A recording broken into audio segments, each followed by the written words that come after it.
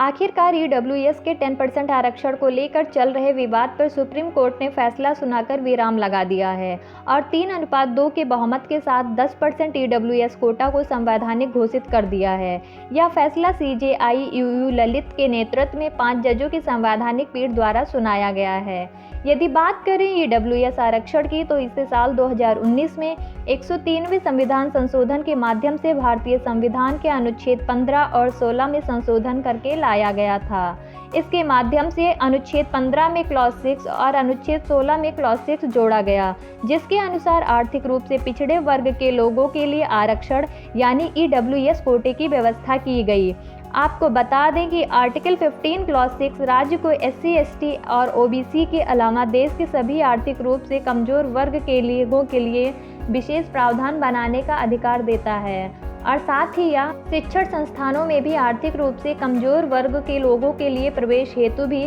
विशेष प्रावधान बनाने का अधिकार देता है। परंतु इसके तहत संविधान के अनुच्छेद 30 में उल्लिखित अल्पसंख्यक शिक्षण संस्थानों में आरक्षण का दावा नहीं किया जा सकता है। इसी क्रम में संविधान का अनुच्छेद 16 क्लॉज 6 राज्य को यह अधिकार देता है कि वह एससी, एसटी के अतिरिक्त देश के सभी आर्थिक रूप से कमजोर वर्ग के लिए यानी ईडब्ल्यूएस के लिए आरक्षण का कोई प्रावधान करे।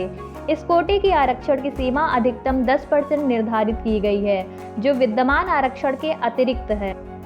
हाल ही में कुछ समय पहले ईडब्ल्यूएस कोटे के आरक्षण को सुप्रीम कोर्ट में चैलेंज किया गया था और यह विचाराधीन था, परंतु आज सुप्रीम कोर्ट की संवैधानिक पीठ ने ईडब्ल्यूएस कोटे के साथ साथ 103वें संवैधानिक संशोधन की वैधता को बरकरार रखते हुए कहा कि यह संविधान के मूल ढांचे का उल्लंघन नहीं करता है, क्योंकि यह आर्थिक मानदंडों पर आधारित है तथा इंदिरा साहनी के मामले में निर्धारित 50% की सीमा का उद्धरण देते हुए कहा कि इसका उल्लंघन केवल संविधान के अनुच्छेद 16 क्लॉज 4 और 16 क्लॉज 5 के तहत सामाजिक रूप से पिछड़े वर्गों के लिए आरक्षण पर लागू होता है।